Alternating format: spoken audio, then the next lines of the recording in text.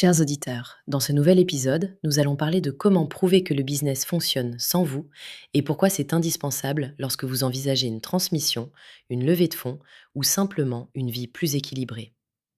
L'idée centrale est qu'un dirigeant ne doit pas être le seul moteur.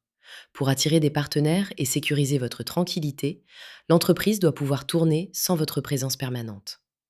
Pour commencer, rappelons les trois piliers qui permettent d'y parvenir: des processus clairs, une équipe autonome et des indicateurs qui témoignent de la stabilité du modèle. Pas besoin d'une organisation bureaucratique. L'objectif est de rendre le fonctionnement reproductible et compréhensible par d'autres. Dans les PME et ETI, le dirigeant est souvent le moteur des décisions.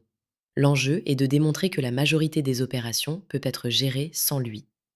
Une entreprise pilotable n'est pas une entreprise sans aucune dépendance, mais bien une entreprise où l'appoint du dirigeant peut être retiré sans que le modèle ne s'écroule.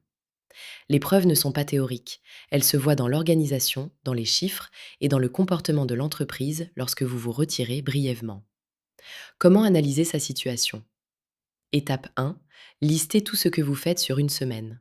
Décisions clés, arbitrage, signatures, ventes importantes. Étape 2. Identifier ce qui peut être délégué en distinguant le stratégique de l'opérationnel.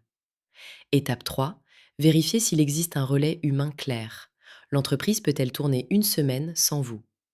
L'expérience montre qu'un binôme dirigeant-manager intermédiaire change tout.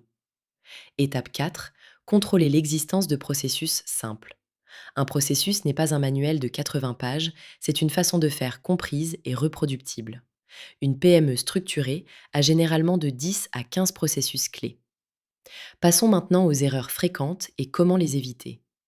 Penser qu'être indispensable fait valeur, écrire des processus trop complexes, déléguer sans transférer réellement la décision, recruter trop tard, se reposer uniquement sur la confiance sans indicateur. Les bonnes pratiques pour aller plus loin se déclinent en trois étapes simples. 1. Standardiser 3 à 5 processus critiques, par exemple acquisition client, production, delivery, gestion du cash, gestion des urgences. 2. Construire un tableau de bord léger avec des indicateurs vivants.